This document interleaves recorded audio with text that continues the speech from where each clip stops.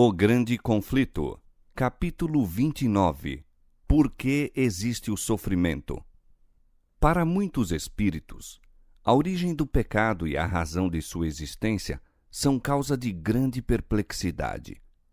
Veem a obra do mal, com seus terríveis resultados de miséria e desolação, e põem em dúvida como tudo isso possa existir sob o reinado de um ser que é infinito em sabedoria, poder e amor. Eis um mistério, para o qual não encontram explicação. E em sua incerteza e dúvida, tornam-se cegos para verdades plenamente reveladas na Palavra de Deus e essenciais à salvação. Existem os que, em suas pesquisas concernentes à existência do pecado, se esforçam por esquadrinhar aquilo que Deus nunca revelou. Por isso, não encontram solução para suas dificuldades. E os que mostram tal disposição para a dúvida e cavilação aproveitam-se disto como desculpa para rejeitar as palavras das Sagradas Escrituras. Outros, entretanto, deixam de ter a compreensão satisfatória a respeito do grande problema do mal devido a terem a tradição e a interpretação errônea obscurecido o ensino da Bíblia relativo ao caráter de Deus, à natureza de seu governo e aos princípios que regem seu trato com o pecado.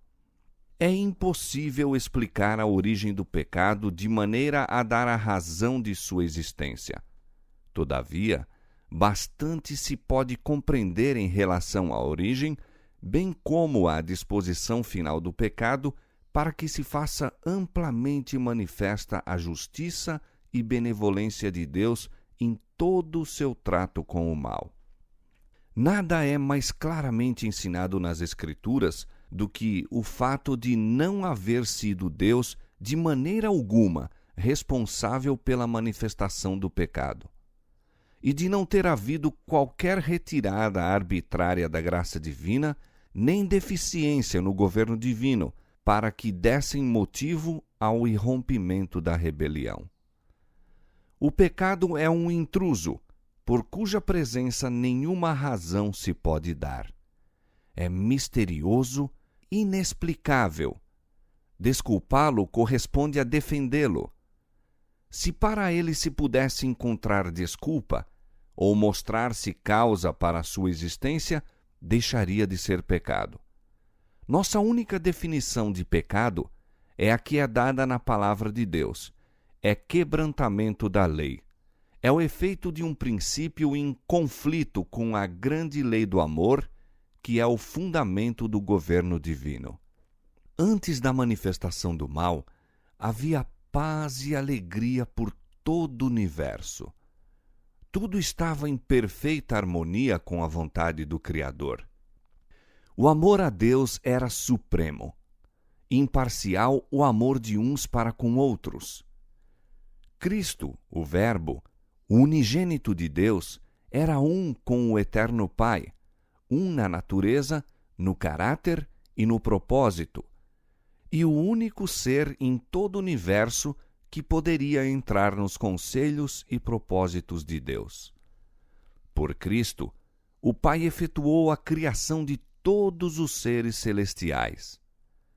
Nele foram criadas todas as coisas que há nos céus, sejam tronos, sejam dominações, sejam principados, sejam potestades. Colossenses 1,16. E tanto para com Cristo como para com o Pai, todo o céu mantinha lealdade. Sendo a lei do amor o fundamento do governo de Deus, a felicidade de todos os seres criados dependia de sua perfeita harmonia com seus grandes princípios de justiça. Deus deseja de todas as suas criaturas serviço de amor, homenagem que brote de uma apreciação inteligente de seu caráter. Ele não tem prazer em uma submissão forçada e a todos confere vontade livre para que possam prestar-lhe serviço voluntário. Houve, porém, um ser que preferiu perverter essa liberdade. O pecado originou-se com aquele que, abaixo de Cristo, fora o mais honrado por Deus e o mais elevado em poder e glória entre os habitantes do céu. Antes de sua queda, Lúcifer foi o primeiro dos querubins cobridores, santo e incontaminado. Assim diz o Senhor Jeová: Tu és o aferidor da medida, cheio de sabedoria e perfeito em formosura. Estavas no Éden, jardim de Deus. Toda pedra preciosa era tua cobertura. Tu eras querubim ungido para proteger e te estabeleci. No monte santo de Deus estavas, no meio das pedras afogueadas andavas. Perfeito eras nos teus caminhos, desde o dia em que foste criado, até que se achou iniquidade em ti. Ezequiel 28, 12 a 15.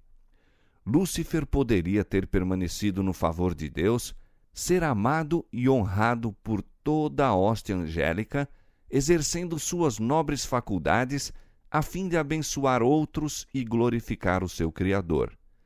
Mas, diz o profeta, elevou-se o teu coração por causa da tua formosura, corrompeste a tua sabedoria por causa do teu resplendor. Ezequiel 28, 17. Pouco a pouco, Lúcifer veio a condescender com o desejo de exaltação própria. Estimas o teu coração como se fora o coração de Deus. E tu dizias: acima das estrelas de Deus exaltarei o meu trono, e no monte da congregação me assentarei. Subirei acima das mais altas nuvens, e serei semelhante ao Altíssimo. Ezequiel capítulo 28, verso 6, e Isaías capítulo 14, versos 13 e 14. Em vez de procurar fazer com que Deus fosse supremo nas afeições e lealdades de suas criaturas, era o esforço de Lúcifer conquistar para si o seu serviço e homenagem, e cobiçando a honra que o infinito Pai conferira a seu filho, este príncipe dos anjos aspirou ao poder cujo uso era prerrogativa de Cristo unicamente. O céu todo se regozijava com refletir a glória do Criador e celebrar o seu louvor. E enquanto Deus assim fora honrado, tudo era paz e alegria. Uma nota dissonante, porém, deslustrava agora as harmonias celestiais. O serviço e exaltação em prol do eu, contrários ao plano do Criador, despertavam prenúncios de males nas mentes para as quais a glória de Deus era suprema. Os concílios celestiais instavam com Lúcifer. O Filho de Deus lhe apresentava a grandeza, a bondade e a justiça do Criador e a natureza sagrada e imutável de sua lei. Deus mesmo havia estabelecido a ordem do céu, e, afastando-se dela, Lúcifer desonraria seu Criador, trazendo sobre si a ruína. Mas a advertência, feita com amor e misericórdia infinitos, unicamente suscitou o espírito de resistência. Lúcifer permitiu que prevalecesse a inveja para com Cristo e mais decidido se tornou. O orgulho de sua própria glória alimentava o desejo de supremacia. As elevadas honras conferidas a Lúcifer não eram apreciadas como um dom de Deus e não despertavam gratidão para com o Criador. Ele se gloriava em seu resplendor e exaltação e aspirava a ser igual a Deus. Era amado e reverenciado pela hoste celestial. Anjos deleitavam-se em executar suas ordens, e mais que todos eles, estava revestido de sabedoria e glória.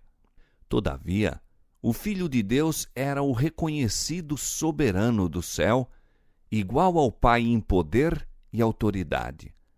Em todos os conselhos de Deus, Cristo tomava parte, enquanto a Lúcifer não era assim permitido entrar em conhecimento dos propósitos divinos.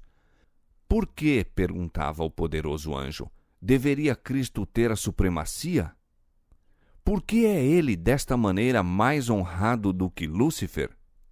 deixando seu lugar na presença imediata de Deus, saiu a difundir o espírito de descontentamento entre os anjos. Operando em misterioso segredo e escondendo durante algum tempo seu intuito real sob o disfarce de reverência a Deus, esforçou-se por suscitar o desgosto em relação às leis que governavam os seres celestiais, insinuando que elas impunham uma restrição desnecessária. Visto serem de natureza santa, insistia em que os anjos obedecessem aos ditames de sua própria vontade. Procurou arregimentar as simpatias em seu favor, propalando que Deus o tratara injustamente ao conferir honra suprema a Cristo. Alegava que, anelando maior poder e honra, não pretendia a exaltação própria, mas procurava conseguir liberdade para todos os habitantes do céu, a fim de, por este meio, poderem alcançar condição mais elevada de existência. Deus, em sua grande misericórdia, suportou longamente a Satanás. Este não foi imediatamente degradado de sua posição elevada, quando a princípio condescendeu com o espírito de descontentamento, nem mesmo quando começou a apresentar suas falsas pretensões diante dos anjos fiéis. Muito tempo foi ele conservado no céu. Reiteradas vezes lhe foi oferecido o perdão, sob a condição de que se arrependesse e submetesse. Esforços que apenas o amor e a sabedoria infinitos poderiam conceber, foram feitos a fim de convencê-lo de seu erro. O espírito de dissabor nunca dantes fora conhecido no céu. O próprio Lúcifer não via, a princípio, para onde estava a encaminhar-se. Não compreendia a verdadeira natureza de seus sentimentos. Mas, sendo-lhe demonstrado que seu descontentamento era sem causa, convenceu-se Lúcifer de que estava em erro, de que as reivindicações divinas eram justas e de que as deveria reconhecer como tais perante todo o céu. Houvesse ele feito isto, e poderia haver salvo a si mesmo e a muitos anjos. Por esse tempo não havia ainda renunciado completamente à sua fidelidade para com Deus. Posto que houvesse perdido a posição de querubim cobridor, teria sido reintegrado em seu mistério, caso houvesse desejado voltar a Deus, reconhecendo a sabedoria do Criador e estivesse satisfeito por preencher o lugar a ele designado no grande plano de Deus. Mas o orgulho o impediu de submeter-se. Persistentemente defendeu seu próprio caminho, sustentando que não havia necessidade de arrependimento, e entregou-se por completo ao grande conflito contra seu Criador. Todas as faculdades de sua mente superior foram então aplicadas à obra do engano, a fim de conseguir a simpatia dos anjos que tinham estado sob suas ordens. Mesmo o fato de que Cristo o advertira e aconselhara, foi pervertido de maneira a servir a seus desígnios traidores. Há aqueles cuja afetuosa confiança mais íntima os ligava a ele, Satanás simulou haver sido julgado mal, que sua posição não fora respeitada e que se queria cercear-lhe a liberdade. Da falsa interpretação das palavras de Cristo, passou à prevaricação e à falsidade direta, acusando o Filho de Deus de intentar humilhá-lo perante os habitantes do céu. Procurou também criar uma falsa situação entre ele próprio e os anjos fiéis. A todos quantos não pôde subverter e levar completamente para seu lado, acusou-os de indiferença aos interesses dos seres celestiais. A mesma obra que ele próprio estava a fazer, atribuiu-a aos que permaneciam fiéis a Deus. E com o fim de sustentar sua acusação de injustiça por parte de Deus para com ele, recorreu à falsa interpretação das palavras e atos do Criador. Era sua tática tornar perplexos os anjos pelos capciosos argumentos relativos aos propósitos divinos. Tudo o que era simples, ele envolvia em mistério, e mediante artificiosa perversão lançava dúvida às mais compreensíveis declarações de Jeová. Seu elevado cargo, em tão íntimo contato com a administração divina, emprestava maior força às suas alegações e muitos eram induzidos a unir-se-lhe em rebelião contra a autoridade do céu. Deus, em sua sabedoria, permitiu que Satanás levasse avante sua obra até que o espírito de dissabor amadurecesse em ativa revolta. Era necessário que seus planos se desenvolvessem completamente para que sua verdadeira natureza e tendência pudessem ser vistas por todos. Como querubim ungido, Lúcifer fora altamente exaltado, grandemente amado pelos seres celestiais, era forte sua influência sobre eles. O governo de Deus incluía não somente os habitantes do céu, mas de todos os mundos que ele havia criado. E Satanás pensou que se ele pôde levar consigo os anjos do céu à rebelião, poderia também levar os outros mundos. Ardilosamente apresentara ao lado da questão que lhe dizia respeito, empregando sofismas e fraude, a fim de atingir seus objetivos. Seu poder para enganar era muito grande, e disfarçando-se sob o manto da falsidade, obtivera vantagem. Mesmo os anjos fiéis não lhe podiam discernir perfeitamente o caráter ou ver para onde levava a sua obra. Satanás fora altamente honrado, sendo todos os seus atos de tal maneira revestidos de mistério que difícil era desvendar aos anjos a verdadeira natureza de sua obra.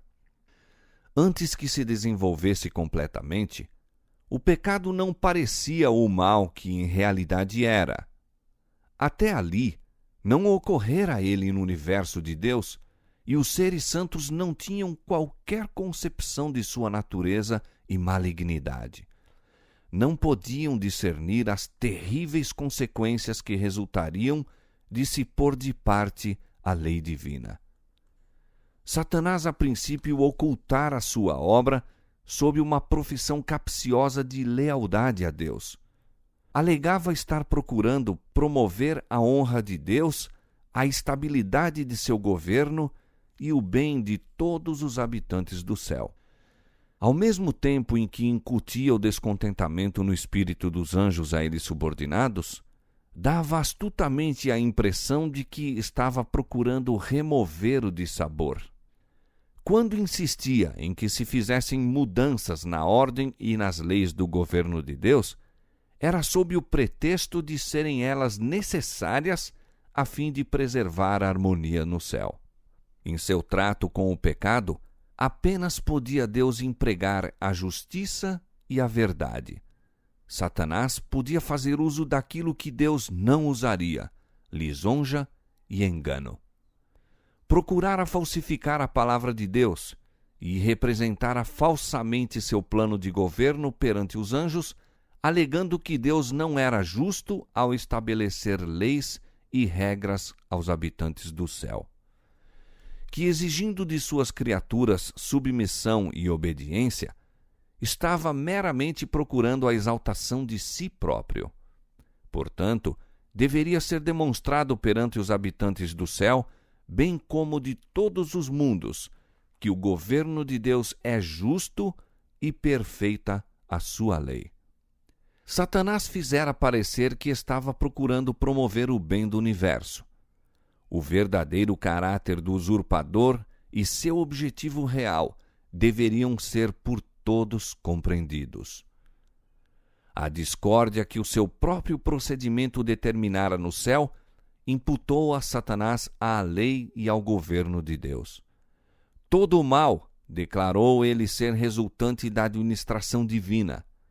Alegou ser seu próprio objetivo melhorar os estatutos de Jeová. Conseguintemente, necessário era que demonstrasse a natureza de suas pretensões, provando o efeito de suas propostas mudanças na lei divina. A sua própria obra deveria condená-lo. Satanás pretendeu desde o princípio que não estava em rebelião. Todo o universo deveria haver um enganador desmascarado. Mesmo quando foi decidido que ele não mais poderia permanecer no céu, a sabedoria infinita não destruiu a Satanás. Visto que apenas o serviço do amor pode ser aceito por Deus, a submissão de suas criaturas deve repousar em uma convicção sobre a sua justiça e benevolência. Os habitantes do céu e de outros mundos, não estando preparados para compreender a natureza ou consequências do pecado, não poderiam ter visto, então, a justiça e misericórdia de Deus com a destruição de Satanás. Houvesse ele sido imediatamente excluído da existência, e teriam servido a Deus antes por temor do que por amor. A influência do enganador não teria sido destruída por completo, tampouco o espírito de rebelião se teria desarraigado totalmente. Devia-se permitir que o mal chegasse a sazonar. Para o bem do universo inteiro, através dos séculos sem fim, devia Satanás desenvolver mais completamente seus princípios para que suas acusações contra o governo divino pudessem ser vistas sob sua verdadeira luz por todos os seres criados e para sempre pudessem ser postas acima de qualquer dúvida a justiça e misericórdia de Deus e a imutabilidade de sua lei. A rebelião de Satanás deveria ser uma lição para todo o universo por todos os séculos vindouros, um testemunho perpétuo da natureza e terríveis resultados do pecado. A consequência do governo de Satanás, seus efeitos tanto sobre os homens como sobre os anjos, mostraria qual o fruto de rejeitar a autoridade divina. Testificaria que da existência do governo de Deus e de sua lei dependem o bem-estar de todas as criaturas que ele fez. Desta arte, a história desta terrível experiência de rebelião devia ser perpétua salvaguarda a todos os santos seres, impedindo-os de serem enganados quanto à natureza da transgressão, livrando-os de cometer pecado e sofrer o seu castigo. Até ao final mesmo da controvérsia no céu, o grande usurpador continuou a justificar-se. Quando foi anunciado que, juntamente com todos os que com ele simpatizavam, deveria ser expulso das habitações de bem-aventurança, o chefe rebelde confessou então ousadamente seu desdém pela lei do Criador. Reiterou sua pretensão de que os anjos não necessitam ser dirigidos, mas que deveriam ser deixados a seguir sua própria vontade, que sempre os conduziria corretamente.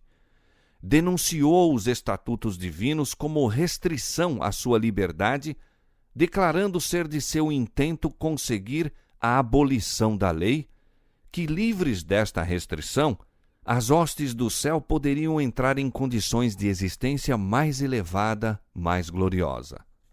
Concordemente, Satanás e sua hoste lançaram a culpa de sua rebelião inteiramente sobre Cristo, declarando que se eles não houvessem sido exprobrados, não se teriam rebelado. Assim, obstinados e arrogantes em sua deslealdade, procurando em vão subverter o governo de Deus, ao mesmo tempo que, blasfemando, pretendiam ser vítimas inocentes do poder opressivo, o arqui-rebelde e seus sequazes foram, afinal, banidos do céu. O mesmo espírito que produziu a rebelião no céu ainda inspira a rebelião na terra. Satanás tem continuado com os homens o mesmo estratagema que adotou em relação aos anjos. Seu espírito ora reina nos filhos da desobediência. Semelhantes a ele, procuram romper as restrições da lei de Deus prometendo liberdade aos homens por meio da transgressão dos preceitos da mesma. A reprovação do pecado suscita ainda o espírito de ódio e resistência. Quando a consciência é advertida pelas mensagens divinas, Satanás leva os homens a justificar-se e a procurar a simpatia de outros em seu caminho de pecado. Em vez de corrigirem seus erros, indignam-se contra aquele que reprova como se fora ele a causa única da dificuldade. Desde os dias do justo Abel até ao nosso tempo, este é o espírito que tem sido manifestado para com os que ousam condenar o pecado. Pela mesma representação falsa do caráter divino, por ele dada no céu, fazendo com que Deus fosse considerado severo e tirano, Satanás induziu o homem a pecar. E, logrando ser bem-sucedido nisto, declarou que as injustas restrições de Deus haviam motivado a queda do homem, assim como determinaram a sua própria rebelião. Mas o próprio Eterno proclama o seu caráter. Jeová, o Senhor, Deus misericordioso e piedoso, tardio em iras e grande em beneficência e verdade, que guarda a beneficência em milhares, que perdoa a iniquidade e a transgressão e o pecado, que ao culpado não tem por inocente. Êxodo 34, 6 e 7. Banindo Satanás do céu, declarou Deus a sua justiça e manteve a honra de seu trono. Quando, porém, o homem pecou, cedendo aos enganos desse espírito apóstata, Deus ofereceu uma prova de seu amor, entregando o unigênito Filho para morrer pela raça decaída. Na expiação revela-se o caráter de Deus. O poderoso argumento da cruz demonstra ao universo todo que o caminho do pecado, escolhido por Lúcifer, de maneira alguma era atribuível ao governo de Deus. Na luta entre Cristo e Satanás, durante o ministério terrestre do Salvador, foi desmascarado o caráter do grande enganador. Nada poderia tão eficazmente ter desarraigado de Satanás as afeições dos anjos celestiais e de todo o universo fiel, como o fez a sua guerra cruel ao Redentor do mundo. A ousada blasfêmia de sua pretensão de que Cristo lhe rendesse homenagem, seu pretensioso atrevimento ao levá-lo ao cume da montanha e ao pináculo do templo, o malévolo intuito que se denuncia ao insistir com ele para que se lançasse da vertiginosa altura, a malignidade vigilante que o assaltava de um lugar a outro, inspirando o coração de sacerdotes e povo a rejeitarem seu amor, e o brado final, crucifica-o, crucifica-o. Tudo isto despertou o assombro e a indignação do universo. Foi Satanás que promoveu a rejeição de Cristo por parte do mundo. O príncipe do mal exerceu todo o seu poder e engano a fim de destruir Jesus, pois viu que a misericórdia e amor do Salvador, sua compaixão e terna brandura, estavam representando ao mundo o caráter de Deus. Satanás contestava tudo a que o Filho do Homem visava, empregando os homens como seus agentes a fim de encher de sofrimento e tristeza a vida do Salvador. O sofisma e falsidade pelos quais procurava estorvar a obra de Jesus, o ódio manifesto por meio dos filhos da desobediência, suas cruéis acusações contra aquele cuja vida era de bondade sem precedentes, tudo proveio de um sentimento de vingança profundamente arraigado.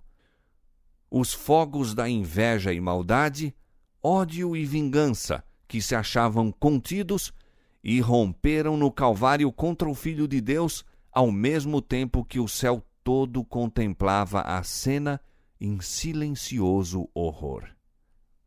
Ao ser consumado o grande sacrifício, Cristo ascendeu aos céus, recusando a adoração dos anjos antes que apresentasse o pedido: aqueles que me deste, quero que, onde eu estiver, também eles estejam. João 17:24. Então, com amor e poder inexprimíveis, veio a resposta do trono do Pai. E todos os anjos de Deus o adorem. Hebreus 1:6. Mancha alguma repousava sobre Jesus. Terminara a sua humilhação, completara-se o seu sacrifício, fora-lhe dado um nome que é acima de todo nome. Apresentava-se agora sem escusa a culpa de Satanás. Ele revelava seu verdadeiro caráter como mentiroso e assassino. Viu-se que o mesmíssimo espírito com que governara os filhos dos homens, que estiveram sob seu poder, teria ele manifestado se lhe tivesse sido permitido dominar os habitantes do céu. Pretendera que a transgressão da lei de Deus traria liberdade e exaltação. Viu-se, porém, que resultava em degradação e cativeiro. As mentirosas acusações de Satanás contra o caráter e governo divinos apareceram sob sua verdadeira luz. Acusou a Deus de procurar simplesmente a exaltação de si mesmo, exigindo submissão e obediência de suas criaturas, e declarou que, enquanto o Criador reclamava a abnegação de todos os outros, ele próprio não a praticava e não fazia sacrifício algum. Viu-se agora que, para a salvação de uma raça caída e pecadora, o governador do universo fizera o máximo sacrifício que o amor poderia efetuar. Pois Deus estava em Cristo, reconciliando consigo o mundo. 2 Coríntios 5,19. Viu-se também que, enquanto Lúcifer abrira a porta para o pecado pelo seu desejo de honras e supremacia, Cristo, a fim de destruir o pecado, se humilhara e se fizera obediente até a morte. Deus manifestara sua repulsa aos princípios da rebelião. O céu todo viu a sua justiça revelada, tanto na condenação de Satanás, como na redenção do homem. Lúcifer declarara que, se a lei de Deus fosse imutável e seu castigo não pudesse ser abrandado, todos os transgressores deveriam ser para sempre privados do favor do Criador. Alegara que a raça pecadora se colocara para além da redenção e, conseguintemente, era sua legítima presa. A morte de Cristo, porém, era um argumento em prol do homem, argumento que se não poderia refutar. A pena da lei recaiu sobre aquele que era igual a Deus, ficando livre o homem para aceitar a justiça de Cristo e, por uma vida de arrependimento e humilhação, triunfar como o Filho de Deus sobre o poder de Satanás. Assim, Deus é justo e justificador de todos os que creem em Jesus. Mas não foi meramente para efetuar a redenção do homem que Cristo veio à terra e aqui sofreu e morreu. Veio para engrandecer a lei e torná-la gloriosa. Não somente para que os habitantes deste mundo pudessem considerar a lei como esta deveria ser considerada, mas para demonstrar a todos os mundos do universo que a lei de Deus é imutável. Pudessem seus requisitos ser postos de lado, e o Filho de Deus não necessitaria, então, haver dado a sua vida para expiar a transgressão da mesma.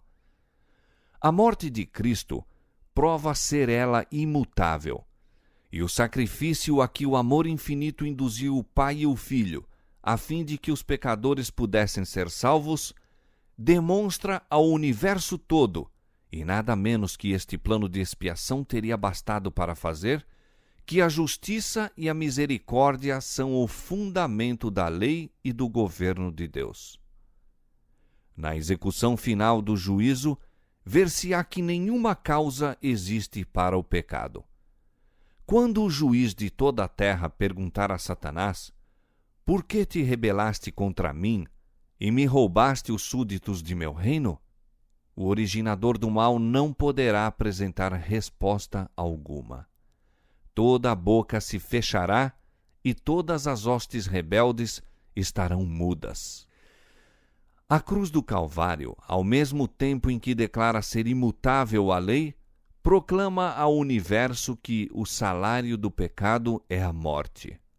No brado agonizante do Salvador, está consumado, soou a sentença de morte de Satanás.